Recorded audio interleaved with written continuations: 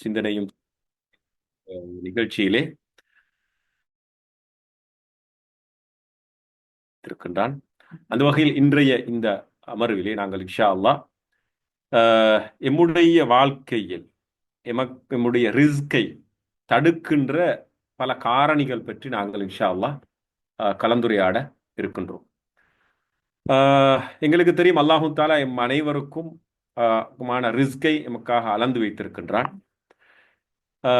அந்த ரிஸ்கை நாங்கள் இந்த உலகத்திலே பெற்றுக்கொள்ள வேண்டும் என்றிருந்தால் அல்லாஹு தாலா காட்டியிருக்கின்ற அந்த வழிகாட்டலை நாங்கள் பின்பற்றியாக வேண்டும். அல்லாஹு தாலா அல் குர்ஆனிலே சொல்கின்றான், வஃபிஸ் ஸமாஇ ரிஸ்குக்கும் வமா துஅதுன் ஃபவரப்பிஸ் ஸமாஇ வல் அர்த் இன்னஹு லஹக்குன் மிஸ்லமா அன்னக்கும் தன்திகூன். வஃபிஸ் ஸமாஇ ரிஸ்குக்கும் வமா துஅதுன், உங்களுடைய ரிஸ்க் வானத்தில் இருக்கின்றது, வமா துஅதுன், உங்களுக்கு வாக்களிக்கப்பட்டதும் இருக்கின்றது என்று அல்லாஹு தாலா அல் குர்ஆனிலே சொல்கின்றான். எம்முடைய ரிஸ்க் என்பது அது அல்லாஹ்வுடைய வாக்குறுதியாக இருக்கின்றது. எனவேதான் ரசூல் ஸல்லல்லாஹு அலைஹி வஸல்லம் அவர்கள் இந்த ஹதீஸ் தொடர்பாக, இந்த குர்ஆன் வசனம் தொடர்பாக அவர்கள் சொல்கின்ற போது சொன்னார்கள், காத்தலல்லாஹு அக்வாமன் அக்ஸம லஹும் ரப்புஹும் பினஃப்ஸிஹி ஃபலம் யுஸத்திகூஹு. அல்லாஹு தாலா ஒரு சமூகத்தை அழிக்கட்டும். ஏனென்றால் அல்லாஹு தாலா சத்தியமிட்டு சொன்ன ஒரு விடயத்தை அவர்கள் உண்மைப்படுத்தாமல் இருக்கின்றார்கள். அல்லாஹு தாலா சத்தியமிட்டு சொன்ன விடயம்தான் உங்களுடைய ரிஸ்க் வானத்தில் இருக்கின்றது, உங்களுக்குரிய ரிஸ்க் எழுதப்பட்ட அந்த ரிஸ்க் இருக்கின்றது என்று அல்லாஹு தாலா சத்தியமிட்டு சொல்கின்றார். எனவே இதனை யார் உண்மைப்படுத்தவில்லையோ, யார் நம்பவில்லையோ அவருக்கு அழிவுண்டாகட்டும் என்று அல்லாஹ்வின் தூதர் ஸல்லல்லாஹு அலைஹி வஸல்லம் அவர்கள் குறிப்பிட்டார்கள். எனவே அல்லாஹு தாலா வாக்களித்த எமக்குரிய இந்த வாழ்வாதாரத்தை, ரிஸ்கை, எம்முடைய வாழ்க்கை வசதிகளை நாங்கள் பெற்றுக்கொள்ள வேண்டும் என்றிருந்தால் அல்லாஹு தாலா விதித்திருக்கின்ற நியதிகளை நாங்கள் பின்பற்ற வேண்டும். அல்லாஹ்வுடைய ரிஸ்கை பெற்றுக்கொள்ள வேண்டும் என்றால் அல்லாஹு தாலா விதித்த ஒழுங்குகளையும் நியதிகளையும் தான் பின்பற்ற வேண்டும். அல்லாஹ்வுடைய ரிஸ்கை பெற்றுக்கொள்வதற்கு மனிதர்கள் உலகத்தில் விதித்திருக்கின்ற நியதிகளை கொண்டு அதனை பெற்றுக்கொள்ள முடியாது. உலகத்தில் மனிதன் சம்பாதிப்பதற்கு, தன்னுடைய வாழ்வாதாரத்தை தேடுவதற்கு, வாழ்க்கையை வளமாக மாற்றிக்கொள்வதற்கு மனிதர்கள் ஒழுங்குகளை, நியதிகளை வகுத்து கொண்டிருக்கிறார்கள். அந்த நியதிகளை கடைபிடித்து அல்லாஹு தாலா கொடுக்கின்ற ரிஸ்கை பெற்றுக்கொள்ள முடியாது. என்னால் இந்த ரிஸ்க் என்பது, வாழ்வாதாரம் என்பது, வாழ்க்கையுடைய வசதிகள் என்பது அது அல்லாஹு தாலா எழுதி வச்சது. அதனை நாங்கள் பெற்றுக்கொள்ள வேண்டும் என்றிருந்தால் அல்லாஹு தாலா விதித்திருக்கின்ற ஒழுங்குகளை, நியதிகளை தான் பின்பற்ற வேண்டும். எனவே அந்த வகையில் இஸ்லாமிய அறிஞர்கள் ஸல்லல்லாஹு அலைஹி வஸல்லம் அவர்களுடைய ஹதீஸ்கள் இருந்தும் குர்ஆனுடைய வெளிச்சத்திலிருந்தும் ஒரு மனிதனுக்கு கிடைக்கின்ற ரிஸ்க் தடைப்படுவதற்கு, அவனுக்கு கிடைக்காமல் இருப்பதற்கு காரணங்கள் என்ன என்பதை அவர்கள் குறிப்பிட்டிருக்கின்றார். அதிலே பல காரணங்கள் இருக்கின்றன. சுமார் இன்றைய இந்த அமர்விலே முடியுமான சில காரணங்களை நாங்கள் நோக்குவதற்கு முயற்சிப்போம். முதலாவதாக, ஒரு மனிதன் தன்னுடைய ரிஸ்கை பெற்றுக்கொள்ள வேண்டும் என்றால், தனக்கு எழுதப்பட்டிருக்கின்ற ரிஸ்கை மிகச்சரியாக, அழகாக அவன் பெற்றுக்கொள்ள வேண்டும் என்றிருந்தால் அவன் காலையிலே, அதிகாலை நேரத்திலே அவன் எழுந்திருக்க வேண்டும். அவன் தாமதித்து எழும்புவது என்பது அவனுடைய ரிஸ்க், அவனுக்கு எழுதப்பட்டிருக்க அந்த ரிஸ்க் தடைப்படுவதற்கான மிக பிரதானமான காரணமாக இருக்கின்றது. ரசூல் ஸல்லல்லாஹு அலைஹி வஸல்லம் அவர்கள் ஒரு நாள் தன்னுடைய மகள் ஃபாத்திமா ரலியல்லாஹு அன்ஹா அவர்கள் சுபஹுடைய நேரத்திலே சாய்ந்து படுத்திருப்பதை அவர்கள் அவதானிக்கின்றார்கள். அந்த நேரத்திலே ஃபாத்திமா ரலியல்லாஹு அன்ஹா அவர்களை பார்த்து அல்லாஹ்வின் தூதர் ஸல்லல்லாஹு அலைஹி வஸல்லம் அவர்கள் சொல்கின்றார்கள், யா புனையத் கூமி இஷ்ஹதி ரிஸ்க ரப்பிக், எழுந்திருங்கள், உங்களுடைய ரப்புடைய ரிஸ்கை நீங்கள் பெற்றுக்கொள்ளுங்கள். வலா தகூனி மினல் காஃபிலீன், நீங்கள் பொறுப்போக்காளராக இருந்துவிட வேண்டாம். ஃபஇன்னல்லாஹ யுகஸ்ஸிமு அர்ஸாகன் நாஸ் மா பைன துலூஇல் ஃபஜ்ரி வ இலா துலூஇஷ் ஷம்ஸ். அல்லாஹ் தஆலா மனிதர்களுக்குரிய ரிஸ்கை, அன்றைய நாளுக்குரிய ரிஸ்கை ஃபஜ்ருடைய நேரத்திலிருந்து சூரியன் உதிக்கும் வரையுள்ள நேரத்தில் தான் பிரித்து கொடுக்கின்றான் என்று ரசூல் ஸல்லல்லாஹு அலைஹி வஸல்லம் அவர்கள் தன்னுடைய மகளை பார்த்து சொல்கின்றார்கள். அதாவது அதிகாலை நேரத்தில் எழுந்திருந்து நீங்கள் உங்களுடைய ரிஸ்கை அல்லாஹ் தஆலா பிரித்து கொடுக்கின்ற ரிஸ்கை நீங்கள் பெற்றுக்கொள்ளுங்கள் என்று. உண்மையில் எனக்கு ஞாபகம் வருகின்றது, ஒரு அறிஞர் அவர் சொல்கின்றார், என்னுடைய தந்தை என்னை எப்போதும் காலையிலே எழுப்புகின்ற போது இப்படி எழுப்புவார்கள். அதிகாலையிலே பள்ளி வாயலுக்கு சுபகுக்கு செல்வதற்கு எழுப்புகின்ற போது அவர்கள் பள்ளிக்கு செல்ல எழுப்புவது போல அவர்கள் சொல்வார்கள், அல்லாஹு தாலா உனக்கு இன்றைய நாளில் எழுதி வைத்திருக்கின்ற ரிஸ்க் அது மற்றவர்களுக்கு பகிர்ந்து கொடுக்கப்படுவதற்கு முன்னர் நீ அதனை பெற்றுக்கொள்வதற்காக எழுந்திருவாயாக என்று அவர்கள் சொல்லக்கூடியவர்களாக இருந்தார்கள் என்று அந்த அறிஞர் சொல்கிறார். ஏன்னால் அதிகாலை நேரத்தில் தான் அல்லாஹு தாலா அன்றைய நாளுக்குரிய ரிஸ்கை பகிர்ந்தளிக்கின்றார். எனவே யாரெல்லாம் தாமதித்து எழும்புகின்றார்களோ அவர்களுக்கு அன்றைய நாளுடைய ரிஸ்க் கிடைக்கப்பெற மாட்டாது. எனவே அதிகாலை நேரத்தில் எழுந்திருந்து அல்லாஹ்வுடைய ரிஸ்கை நாங்கள் பெற்றுக்கொள்ள வேண்டும் என்று ஸல்லல்லாஹு அலைஹி வஸல்லம் அவர்கள் வலியுறுத்தி இருக்கின்றார்கள். எனவே தாமதித்து எழும்புவது என்பது அல்லாஹ்வுடைய ரிஸ்க் கிடைக்காமல் இருப்பதற்கு, ரிஸ்குடைய பரக்கத் இல்லாமல் செல்வதற்குரிய காரணமாக இருக்கிறது. ஸல்லல்லாஹு அலைஹி வஸல்லம் அவர்கள் மற்றொரு ஹதீஸிலே சொல்கின்றார்கள், பாக்கிரு அல் கது யானி சபாஹ், காலை நேரத்திலே நீங்கள் எழுந்திருங்கள், ஃபீ தலபிர் ரிஸ்க், அல்லாஹ்வுடைய ரிஸ்கை தேடுவதிலே காலை நேரத்தில் எழுந்திருங்கள். ஃபஇன்னல் கதுவ பரக்கத்துன் வ நஜாஹ், காலை நேரம் அதிகாலை நேரம் என்பது பரக்காவும் நஜாஹும், பரக்கத்தையும் வெற்றியையும் கொண்டு வரக்கூடியது என்று ஸல்லல்லாஹு அலைஹி வஸல்லம் சொன்னார். இதனால் தான் சட்ட அறிஞர்கள் கூட சொல்கின்றார்கள், ஃபஜ்ருடைய தொழுகைக்கு பிறகு தூங்கக்கூடாது, ஃபஜ்ருடைய நேரத்துக்கு பிறகு தூங்கக்கூடாது என்றால் அது ரிஸ்க் பங்களிக்கப்படுகின்ற நேரம். எனவே அதிகாலை நேரம் என்பது உண்மையிலே பரக்கத்து பொருந்திய ஒரு நேரம். ஒரு அறிஞர் அப்துல் வஹாப் அல் மிஸ்ஸைரி என்கின்ற அறிஞர் சொல்கின்றார்கள், உண்மையிலே நாங்கள் எல்லா விடயத்தையுமே மேற்குலகத்திடமிருந்து இறக்குமதி செய்து பழகிவிட்டோம். எம்முடைய ஒவ்வொரு விடயத்தையும், நம்முடைய கல்வி திட்டமாக இருக்கலாம், நம்முடைய பொருளாதார திட்டமாக இருக்கலாம், நம்முடைய சமூக ஒழுங்குகளாக இருக்கலாம், எல்லா விடயத்தையுமே மேற்குலகிடமிருந்தே நாங்கள் இறக்குமதி செய்த பழகிவிட்டோம். எந்த அளவுக்கு என்றால் எம்முடைய வேலை நேரத்தை கூட நாங்கள் காலையிலிருந்து மாலை வரைக்கும் ஆபீஸ் நேரத்தை கூட நாங்கள் மேற்கத்திய உலகத்திடமிருந்து தான் நாங்கள் இறக்குமதி செய்திருக்கின்றோம். ஆனால் எம்முடைய ஒழுங்கு எவ்வாறு இருக்க வேண்டும் என்றால் அதை அதிகாலையிலே ஆரம்பிக்க வேண்டும்.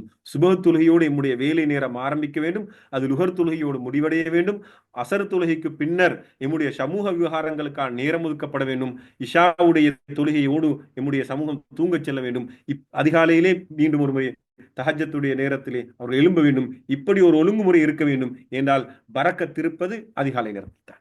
ரிஸ்கை அல்லாஹு தாலா பிரித்து கொடுப்பது அதிகாலை நேரத்தில் தான். எனவே தாமதித்து எழும்புகின்றவருடைய வாழ்க்கையில் பரக்கத்திருக்காது, தாமதித்து எழும்புகின்ற அவருடைய வாழ்க்கையிலே பரக்கத்திருக்காது, அவருக்கு அல்லாஹ்வுடைய ரிஸ்கை பெற்றுக்கொள்ள முடியாமல் இருக்கும்.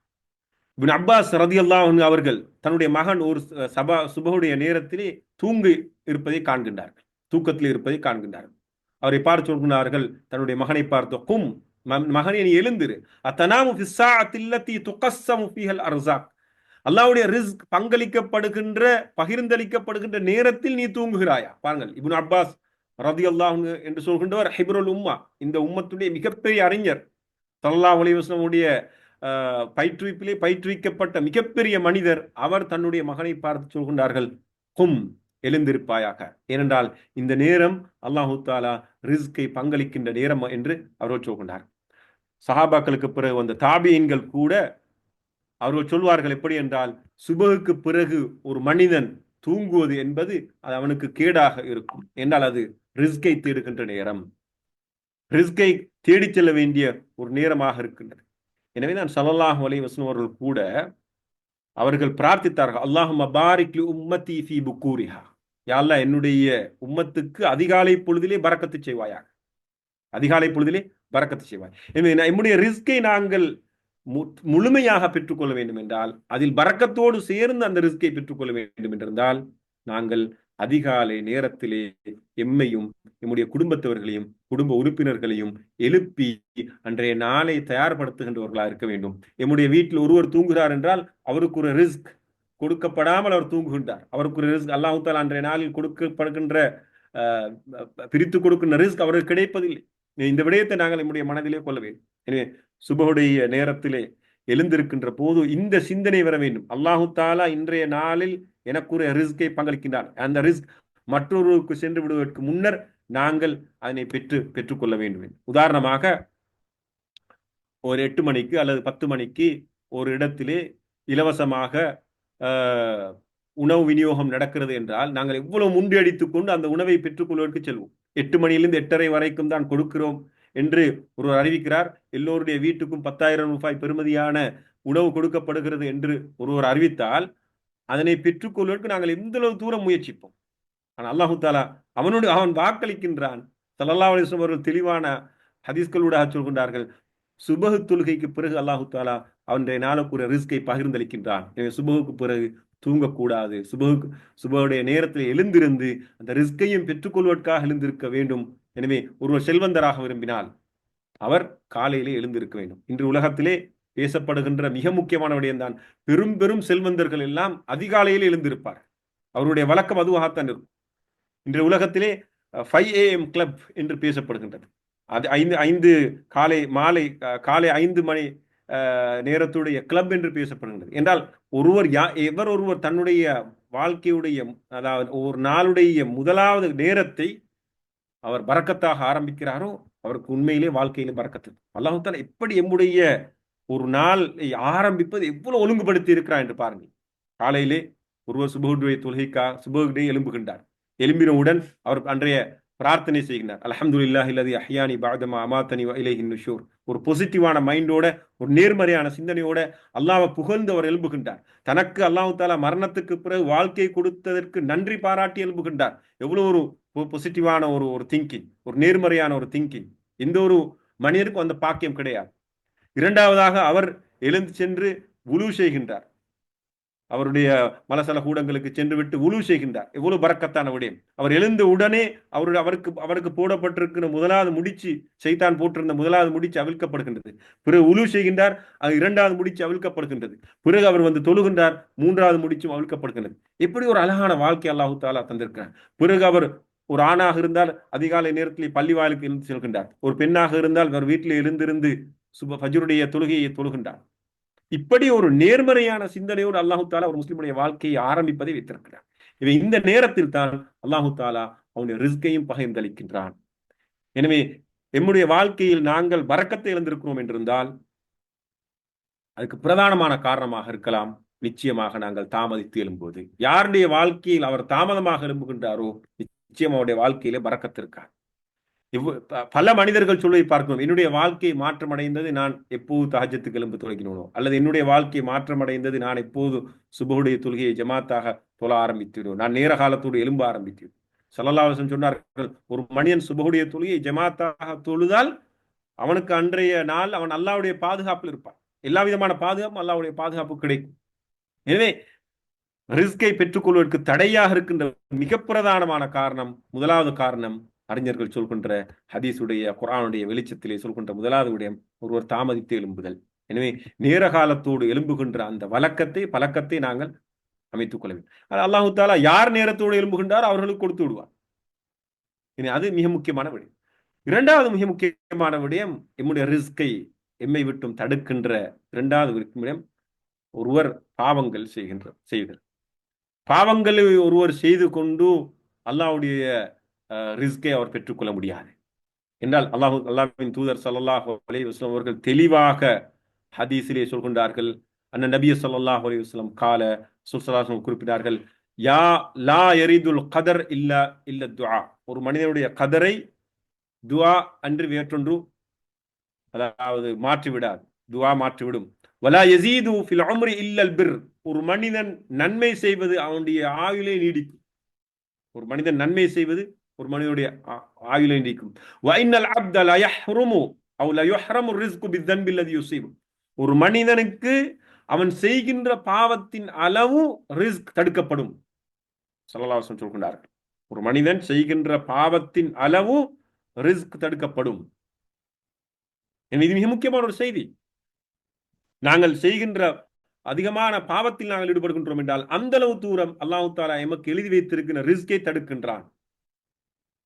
அதே போன்று மற்றொரு ஹதீஸ்ல வருகின்றது, அய்யுஹன்னாஸ், மனிதர்களே, இத்தகுல்லாஹ வ அஜ்மிலு ஃபித் தலப். நீங்கள் அல்லாஹ்வை அஞ்சிக் கொள்ளுங்கள், அழகான முறையில் அல்லாஹ்விடத்திலே கேளுங்கள். ஃபஇன்ன நஃப்ஸன் லன் தமூத ஹத்தா துஸ்தௌஃபி ரிஸ்குஹா. ஒரு மனிதனுக்கு எழுதப்பட்டிருக்கின்ற ரிஸ்க் அவனுக்கு மொத்தமாக முழுமையாக கொடுக்கப்படாத வரை அவன் மரணிக்க மாட்டான். வைன் அபுதா அன்ஹா, அது அவனுக்கு தாமதித்தாலும் கொடுக்கப்பட்டுத்தான் அவன் மரணிப்பான். ஃபத்தகுல்லாஹ, அல்லாஹ்வை அஞ்சிக் கொள்ளுங்கள். ஃபஅஜ்மிலு ஃபித் தலப், நீங்கள் அழகான முறையில் நீங்கள் வேண்டுங்கள். குது மா ஹல்ல, ஹலாலானதை நீங்கள் பெற்றுக்கொள்ளுங்கள். வதஉ மா ஹர்ரிம, ஹராமாக்கப்பட்டதை தடுக்கப்பட்டதை நீங்கள் தவிர்ந்து கொள்ளுங்கள் என்று ஸல்லல்லாஹு அலைஹி வஸல்லம் சொல்கிறார். இந்த இடத்திலே ஸல்லல்லாஹு அலைஹி வஸல்லம் அவர்கள் தக்வாவை ஏவி இருக்கின்றார்கள். ஏன் தக்வாவை ஏவி இருக்கின்றார்கள் என்றால், தக்வா இல்லாத ஒருவரிடத்திலே அவர் பாவங்களிலே அவர் விடுவார். ஹலாலாய் தேடுமாறு ஏவி இருக்கின்றார்கள், ஹராத்தை தவிர்த்து கொள்ளுமாறு ஏவி இருக்கின்றார்கள். பாவங்கள் செய்கின்ற அளவுக்கு அவருக்கு ஒரு ரிஸ்க் தடுக்கப்படும். எனவே அறிஞர்கள் சொல்வார்கள், ஒரு மனிதனுக்கு மனிதனுடைய கதா என்பது கதா உள்ள இரண்டு வகையிலே அமையும். ஒன்று கதா முப்ரம், அதாவது தெளிவாகவே அல்லாஹ்விடத்தில் எழுதப்பட்ட கதா, அதாவது அது அல்லாஹ்வுடைய அறிவிலே இருக்கின்றது, அது லவ்ஹுல் மஹ்ஃபூஸில் எழுதப்பட்டிருக்கின்றது. இந்த கதாவை பொறுத்த வரைக்கும் வஹாத லா யதபத்தல் வலா யஸீத் வலா யன்குஸ், அதிலே கூடுதலோ குறைவோ மாற்றமோ எதுவும் நடக்காது. அல்லாஹ் தஆலா லவ்ஹுல் மஹ்ஃபூஸில் எழுதி வைத்த விடயத்தில் எந்தவித மாற்றமும் நடக்காது. ஆனால் இரண்டாவது ஒரு கதா இருக்கிறது, கதா முஅல்லக், தொங்கிக் கொண்டிருக்கின்ற கதா. கலா முஅல்லக் என்றால் தொங்கிக் கொண்டிருக்கிற கலானா வஹுவல்லதி ஃபி ஸுஹ்ஃபில்லதி ஃபி ஐதில் மலாயிகா, மலக்குமார்களிடத்து கரத்தில் இருக்கின்ற ஏடுகள் எழுதப்பட்டிருக்கின்ற விடயம். ஃபஇன்னஹு யுகால், அவருக்கு சொல்லப்படும், உக்துபு ரிஸ்க ஃபுலான் இல்லம் யாசி, இவர் பாவம் செய்யாது விட்டால் இந்த ரிஸ்கை எழுதுங்கள் என்று சொல்லப்படும். ஃபஹுவ கதா கதா வைன் அசிய வைன் அசா ஃபஹுவ கதா, அவர் பாவம் செய்தால் இவ்வாறு எழுதுங்கள் சொல்லப்பட்டிருக்கும். இனி ஒரு மலக்கு அவர் பாவம் செய்தால் அந்த அவருக்கு எழுதப்பட்டிருக்கின்ற அந்த ரிஸ்கை அவர் அழித்து விடுவார்.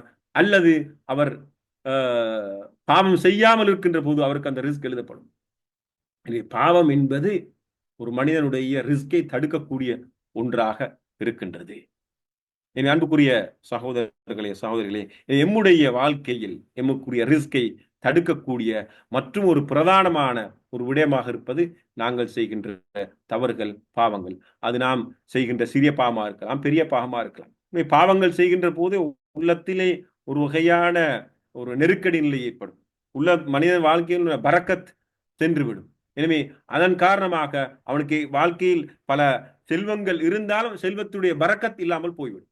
எனவே அவன் உண்மையான ரிஸ்கை பெற்றுக்கொள்ள மாட்டான், உண்மையான ரிஸ்கை அவன் அனுபவிக்க மாட்டான். அவனுக்கு உதாரணமாக ஒருவர் இருப்பார், அவருக்கு அவருக்கு எக்கச்சக்கமான பணம் இருக்கும், ஆனால் அதனை அனுபவிக்க முடியாமல் ஒருவர் தடுக்கப்பட்டிருப்பார். அனைவர ரிஸ்கை அவருக்கு கிடைப்பதில். உதாரணமாக ஒரு பெரும் செல்வந்தர் இருக்கிறார், அவருடைய ரிஸ்க் அவருக்கு எப்படி தடுக்கப்பட்டிருக்கிறது என்றால், அவரை அல்லாஹ் தஆலா நோயாளியாக மாற்றிருக்கின்றான். எனவே அவர் எவ்வளவுதான் பணம் வைத்திருந்தாலும் அவரால் சுவையான உணவுகளை சாப்பிட முடியாது. எனவே அவருக்கு ரிஸ்க் தடுக்கப்பட்டிருக்கிறது. ஒருவர் பெரும் செல்வந்தராக இருக்கின்றார், எல்லா வாழ்க்கை வசதியும் இருக்கின்றது, ஆனால் அவருக்கு ஏதோ ஒரு நோய் காரணமாக அவரால் எழுந்து நடக்க முடியாது என்றால் அவருக்கு எத்தனையோ விதமான ரிஸ்க் தடைப்படுகின்றது. எனவே ரிஸ்க் என்பது கதா முஅல்லக், அல்ல அதுக்கு ஒரு தொங்கிக் கொண்டிருக்கின்ற ஒரு விடயமாக இருக்கிறது. ஒரு பாவம் செய்யாமல் தவிர்த்து கொள்கின்ற போது அவருடைய ரிஸ்க் அதிகரிக்கின்றது, அவருடைய பாவம் செய்கின்ற போது அந்த ரிஸ்க் குறைவடைகின்றது. எனவே இது இரண்டாவது மிக முக்கியமான விடயமா இருக்குது. இந்த இரண்டாவது வகையான அந்த கலா தான் மாற்றக்கூடியது. எனவே ஒருவர் பாவம் செய்யாமல் இருந்தால் அவருடைய ரிஸ்கை அவருக்கு அதிகரித்துக் கொள்ள முடியும். என்றால் அது மலக்குமார்கள் விடயத்திலே எழுதப்பட்டிருக்கின்ற விடயம். மலக்குமார்கள் சொல்லப்பட்டிருக்கின்றது, இவர் பாவம் செய்தால் இந்த ரிஸ்க் அவருக்கு கொடுக்கப்பட மாட்டாது, பாவத்தை தவிர்த்து கொள்கின்ற போது இந்த ரிஸ்க் அவருக்கு கொடுக்கப்பட வேண்டும்.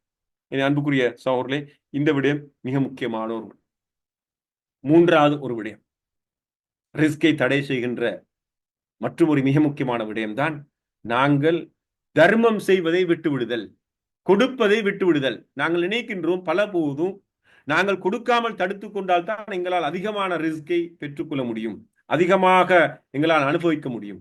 ஆனால் அல் குர்ஆனுடைய பார்வை, அல்லாஹ்வுடைய நீதி ஒழுங்கு என்பது தலைகீழாக மாற்றமாக இருக்கின்றது. நான் ஆரம்பத்தில் சொன்னேன், அல்லாஹு தாலா எமக்கு எழுதி வைத்திருக்கின்ற ரிஸ்கை நாங்கள் பெற்றுக்கொள்ள வேண்டும் என்றால் அல்லாஹ்வுடைய நியதிகளைத்தான் நாங்கள் பின்பற்ற வேண்டும்.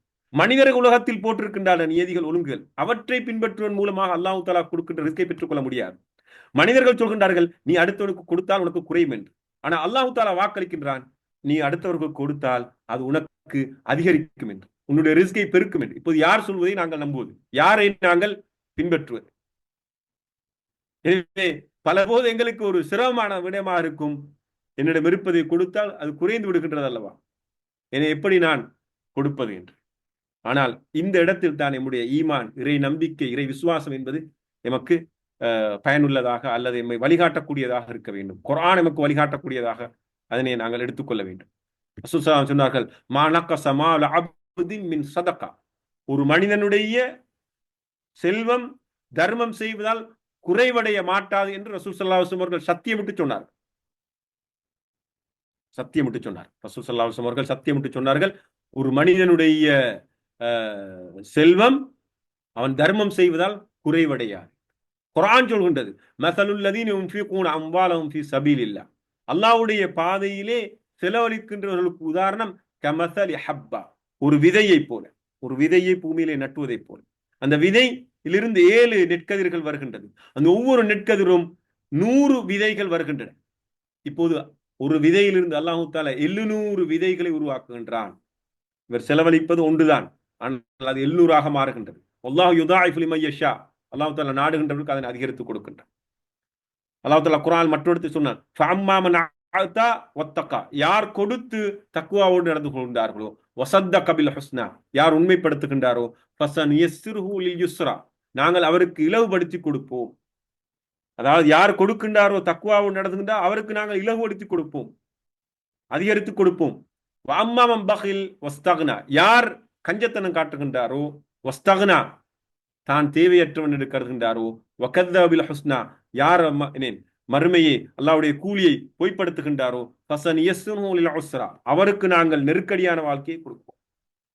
வமா யுக்னி அன்ஹு மாலுஹு இதா தரத, அவருடைய செல்வம் அவருக்கு பயனளிக்காது என்று அல் குர்ஆன் சொல்லியிருப்பார்.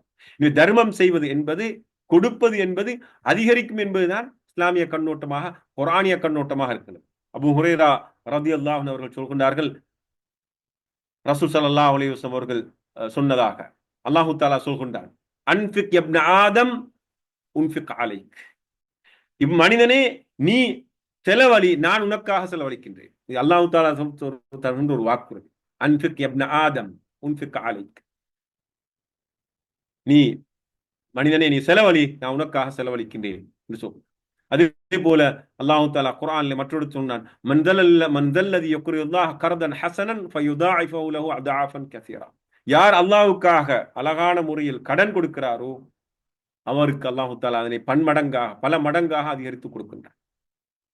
இன்னொரு வசனத்தில் அல்லாஹ் தஆலா சொன்னான், வமா அன்ஃபக்தும் மின் ஷைஇன் ஃபஹுவ யுக்லிஃபுஹு வஹுவ கைருர் ராஸிகீன், யார் நீங்கள் எந்த ஒரு விடயத்தை செலவழித்தாலும் அது உங்களை தொடர்ந்து வரும். வஹுவ கைருர் ராஸிகீன், அவன் மிகச்சிறந்த கொடையாளியாக அவன் இருக்கிறான் என்று ஸல்லல்லாஹு அலைஹி வஸல்லம் அல் குர்ஆன் சொல்வதை பார்க்கிறோம். எனவேதான் ரசூல் ஸல்லல்லாஹு அலைஹி வஸல்லம் அவர்கள் இன்னொரு ஹதீஸ்ல சொன்னார்கள், ஒவ்வொரு நாள் காலையும் 2 மலக்குமார்கள் இறங்கி இந்த பூமிக்கு இறங்கி வருகின்றார்கள். ஒருவர், அந்த மலக்குகள் ஒருவர் இந்த உலகத்திலே யாராவது ஒருவர் செலவழிக்கிறார் என்றார், அவருக்காக பிரார்த்தனை செய்வார். இந்த செலவழிப்புகின்றவருக்கு அதற்கு பகரமாக கொடுத்து விடு என்று அவர்கள் பிரார்த்திப்பார்கள். யார் செலவழிக்காமல் தடுத்துக் கொள்கின்றார்களோ, அவருக்கு அழிவை கொடு, நஷ்டத்தை கொடு என்று அந்த மலக்கு பிரார்த்திப்பார். எனவே அன்புக்குரிய சகோதரர்களே, இந்த மூன்றாவது விடயம், அது நம்முடைய ரிஸ்கை அதிகரிக்க செய்கின்ற, நம்முடைய செல்வத்தை அதிகரிக்க செய்கின்ற, வாழ்க்கையில் பரக்கத்தை அதிகரிக்க செய்கின்ற மூன்றாவது விடயமாக இருப்பது தர்மம் செய்வது. தர்மம் செய்யாமல் விட்டுவிடுவது என்பதுதான் நம்முடைய செல்வத்துக்கு, நம்முடைய ரிஸ்க்கு தடையாக இருக்கின்ற காரணியாக இருப்பதை பார்க்க. மற்றும் ஒரு 4வது விடயம், பலவீனமான தவக்குல். அல்லாஹ் மீது நாங்கள் தவக்குல் வைத்து தான் இந்த உலகத்திலே வாழ வேண்டும். எல்லா விடயங்களையும் அல்லாஹ்விடம் தான் நாங்கள் பொறுப்பு சாட்டி நாங்கள் வாழ வேண்டும். ஆனால் ஒரு மனிதன் இந்த உலகத்துடைய நியதிகளை எல்லாம் நம்பி அல்லாஹ் மீது தவக்குல் வைக்காமல் வாழ்கிறார் என்றால், அல்லாஹ் மீதான பலவீனமான தவக்குல் இருக்கிறது என்றால், அவருக்குடைய ரிஸ்க்கும் அவருக்கு தடைப்படும். ஸல்லல்லாஹு அலைஹி வஸல்லம் அவர்கள் மிக தெளிவாக ஒரு ஹதீஸ்ல சொல்கின்றார்கள், உமர் பின் ஹத்தாப் ரலியல்லாஹு அன்ஹு அவர்கள் இந்த ஹதீஸை அறிவிக்கின்றார்கள், நீங்கள் அல்லாஹ் மீது உண்மையாக தவக்குல் வைத்து வாழ்ந்தால், நீங்கள் உண்மையிலே மிகவும் திடமான உறுதியோடு அல்லாஹ் மீது தவக்குல் வைத்து வாழ்ந்தால், லரஸகக்கும் கமா யர்ஸுகுத் தைர், ஒரு பறவைக்கு அல்லாஹ் தஆலா ரிஸ்க் கொடுப்பது போல அல்லாஹ் தஆலா உங்களுக்கு ரிஸ்க் அளிப்பான். தகுது ஹிசாமன் வ தரூஹ பிதானன், அந்த பறவை காலையிலே வெறும் வயிற்றோடு செல்கின்றது, மாலையிலே வயிறு நிரம்ப அது திரும்பி வருகின்றது. உண்மையிலே இந்த ஹதீஸ் மிக முக்கியமான ஒரு ஹதீஸ். இந்த ஹதீஸிலே ரசூல் ஸல்லல்லாஹு அலைஹி வஸல்லம் தெளிவாக சொல்கின்றார்கள், காலையிலே அந்த பறவை பறந்து சென்று தன்னுடைய உணவை தேடுகின்றது. எப்படி தேடுகின்றது? அல்லாஹ் இறைவன் அவனுக்கு அதற்குரிய உணவை இந்த பூமியிலே வைத்திருக்கிறது என்ற நம்பிக்கையில் தான் அது செல்கின்றது. மாலையிலே அதன் விளைவாக அது வயிறு நிரம்ப திரும்பி வருகின்றது. அது வேறொன்றையும் நம்பி செல்வதில்லை. மனிதர்களைப் போல அவரை நம்பி இவரை நம்பி, அந்த அந்த மனிதரை நம்பி இந்த மனிதரை நம்பி, அல்லது அந்த வளத்தை நம்பி இந்த வளத்தை நம்பி செல்வதில்லை. அந்த பறவைக்கு தெரிந்த ஒரே ஒரு விடயம், தன்னை படைத்த இறைவன் மட்டும்தான். அந்த இறைவனை நம்பித்தான் அந்த பறவையும் காலையிலே தன்னுடைய உணவை தேடி செல்கின்றது, அது மாலையிலே அது வயிறு நிரம்ப திரும்புகிறது. இதே போன்று நீங்கள் அல்லாவை நம்பி அல்லாவிட நீங்கள் தவக்குள் வைத்து வாழ்வீர்கள் என்றால் அல்லாஹ் தஆலா உங்களுக்கு ரிஸ்க் அளிப்பான் என்று ரசூல் ஸல்லல்லாஹு அலைஹி வஸல்லம் அவர்கள் குறிப்பிட்டிருப்பார்கள். ஸல்லல்லாஹு அலைஹி வஸல்லம் சொன்னார்கள் மற்றொரு ஹதீஸிலே, யார் ஒருவர் மிக பலமான மனிதராக இருக்க வேண்டும் என்று விரும்புகின்றாரோ ஃபல்யதவக்கல் அலல்லாஹ், அவர் அல்லாஹ் மீது தவக்குல் வைக்கட்டும். அல்லாஹ் மீது தவக்குல் வைத்தல் என்ன? நான் ஆரம்பத்தில் சொன்னது போல அல்லாஹ் மீது தவக்குல் வைத்தல் என்பது நாங்கள் உலகத்திலே எங்களுடைய விடயங்கள் அனைத்தையும் அல்லாஹ்விடம் பொறுப்பு சாட்டுவது. ஆனால் உலகத்தில் நாங்கள் ஒரு விடயத்தை அடைந்து கொள்வதற்கு எம்மாலான அத்தனை முயற்சியையும் எல்லா முயற்சியையும் செய்துவிட்டு அல்லாஹ்விடத்திலே பொறுப்பு சாட்டு. அதுக்கு நல்ல ஒரு உதாரணம் தான் ஸல்லல்லாஹு அலைஹி வஸல்லம் சொன்னார்கள், நீங்கள் ஒட்டகத்தை கட்டி வைத்து விட்டு அல்லாஹ் மீது தவக்குல் வையுங்கள். ஒரு இடத்திலே ஒரு பிரயாணம் செய்கின்றீர்கள், இந்த பிரயாணத்தில் நீங்கள் ஒட்டகத்திலே பயணம் செய்கிறீர்கள் என்றால் அந்த ஒட்டகத்தை நீங்கள் அப்படியே விட்டுவிட்டு அந்த இடத்திலே தூங்கி எழும்ப வேண்டாம். மாறாக நீங்கள் அந்த ஒட்டகத்தை கட்டி வைத்து விட்டு அல்லாஹ் மீது தவக்குல் வைத்து விட்டு நீங்கள் தூங்குங்கள் என்றால் அதுதான் முறையான தவக்குல் என்று ஸல்லல்லாஹு அலைஹி வஸல்லம் அவர்கள் நமக்கு வழிகாட்டி இருக்கின்றார்கள். எனவே தான் ஸல்லல்லாஹு அலைஹி வஸல்லம் அவர்கள் இந்த தவக்குலை வேண்டி கூட பிரார்த்தனை செய்திருக்கிறார். அல்லாஹும்ம இன்னி அஸ்அலுக சித்க தவக்குல் அலைக், யா அல்லாஹ் நான் உண்மையில் உண்மையான தவக்குல் வைப்பதை நான் உன்னிடத்தில் வேண்டுகிறேன். போலியான தவக்குல் அல்ல, போலியான தவக்குல் அல்ல, உண்மையான தவக்குல் வைப்பதை நான் உன்னிடத்தில் வேண்டுகின்றேன் என்று ஸல்லல்லாஹு அலைஹி வஸல்லம் அவர்கள் பிரார்த்திக்கின்றார்கள். இனி ஒரு மனிதன் தன்னுடைய உடல் உறுப்புகளால் ஒரு தனக்குரிய வாழ்வாதாரத்தை தேடுவதற்கு முயற்சிப்பது என்பது அல்லாஹ்வுக்கு கட்டுப்படுவதாக இருக்கிறது. அல்லாஹ்வுக்கான கட்டுப்பாடு. அதே நேரத்தில் அவன் தன்னுடைய உள்ளத்தால் தவக்குல் வைப்பது என்பது அல்லாஹ் மீதான ஈமானாக இருக்கிறது. இந்த இரண்டும் இருக்க வேண்டும். அல்லாஹ்வுக்கு கட்டுப்படுதல் என்பது தன்னுடைய உடல் உறுப்புகளால், தன்னுடைய அறிவால், ஆற்றலால், திறமையால் ஒருவர் தன்னுடைய ரிஸ்கை பெற்றுக்கொள்வதற்கு முயற்சித்தல். அதே நேரத்தில் அவருடைய உள்ளத்தில் ஆழமான தவக்குல் இருக்கிறது என்றால் அது அவர் அல்லாஹ்வை நம்பி இருக்கிறார் என்று அர்த்தம். ஒரு புறத்தில் அவர் அல்லாஹ்வுக்கு கட்டுப்படுகின்றார், மறுபுறத்தில் அவர் அல்லாஹ்வை நம்பிவார்கள். இந்த விடயங்கள் தவக்குல் தொடர்பாக நான் குறிப்பிட்ட இந்த விடயங்கள் நமக்கு தவக்குல் எப்படி அமைய வேண்டும் என்பதை நமக்கு சொல்லித்தரார்கள். அன்புக்குரிய சகோதரர்களே, சகோதரிகளே, நான் குறிப்பிட்ட இந்த 4 காரணிகளும் மிக பிரதானமான காரணிகள் எம்முடைய வாழ்க்கையிலே எம்முடைய ரிஸ்கை அதிகரிப்பதற்கு அல்ல மறுபுறத்தில் நாங்கள் எம்முடைய ரிஸ்கை பெற்றுக்கொள்ளாமல் இருப்பதற்கு தடையாக இருக்கின்ற காரணிகள். நான் ஆரம்பத்தில் சொன்னது போல முதலாவது காரணி நாங்கள் தாமதித்து எழும்புதல். எனவே நேர காலத்தோடு எழும்புதல் என்பது ரிஸ்கை அதிகரிப்பதற்கான காரணமாக இருக்கும். தாமதித்து எழும்புதல் என்பது ரிஸ்க் தடைப்படுவதற்கான காரணமாக இருக்கும். பாவங்கள் செய்தல் என்பது இரண்டாவது விடயம். பாவங்கள் செய்தல் என்பது ரிஸ்க் தடைப்படுவதற்கான காரணமாக இருக்கும். பாவங்கள் செய்யாமல் நன்மை செய்தல் என்பது யார் அல்லாஹ்வுக்கு தக்வாவோடு நடந்து கொண்டிருக்கிறாரோ அல்லாஹ் அவருக்கு அத்தனை விதமான விடயங்களிலிருந்து வெளியே வருவதற்கான வாயில்களை கொடுப்பான். அவன் நினையாத புறத்திலிருந்து அல்லாஹ் தஆலா அவனுக்கு ரிஸ்க் கொடுப்பான் என்று அல்லாஹ் தஆலா குர்ஆனில் சொல்கிறார். பாவங்கள் செய்யாமல் இருப்பது என்பது ரிஸ்கை அதிகரித்துக் கொள்வதற்கான விடயம்.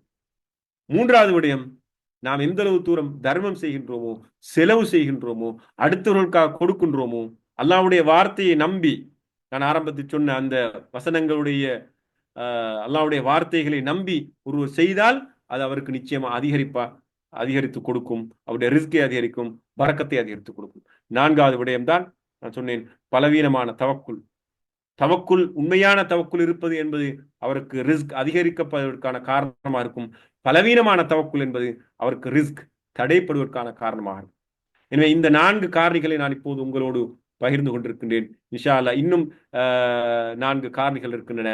அந்த விடயத்தை இன்ஷா அல்லாஹ் அடுத்த வாரம் நாங்கள் கலந்துரையாடுவோம். இந்த 4 பண்புகளையும் நம்முடைய வாழ்க்கையிலே நாங்கள் பேணி பாதுகாத்து இருக்கின்ற ரிஸ்கை அதிகரித்துக் கொள்வதற்கு நாங்கள் முயற்சிப்போம். எப்போதும் நேர காலத்தோடு எழும்புவதற்கு முயற்சிப்போம். பாவங்களை தவிர்த்திருப்பதற்கு முயற்சிப்போம். அதே நேரத்தில் முடியுமான அளவு தர்மம் செய்வதற்கு எம்மை பழக்கப்படுத்திக் கொள்வோம். கடைசியாக எம்முடைய தவக்குலை, அல்லாஹ் மீதான நம்பிக்கையை, அல்லாஹ் மீது பொறுப்பு சாட்டி வாழுகின்ற அந்த வாழ்க்கை முறையை நாம் நம்முடைய வளர்த்துக் கொள்வதற்கு முயற்சிப்போம். வாஹிர் தஅவானா அல்ஹம்துலில்லாஹி ரப்பில் ஆலமீன். அஸ்ஸலாமு அலைக்கும் வரஹ்மத்துல்லாஹி வபரகாத்துஹு.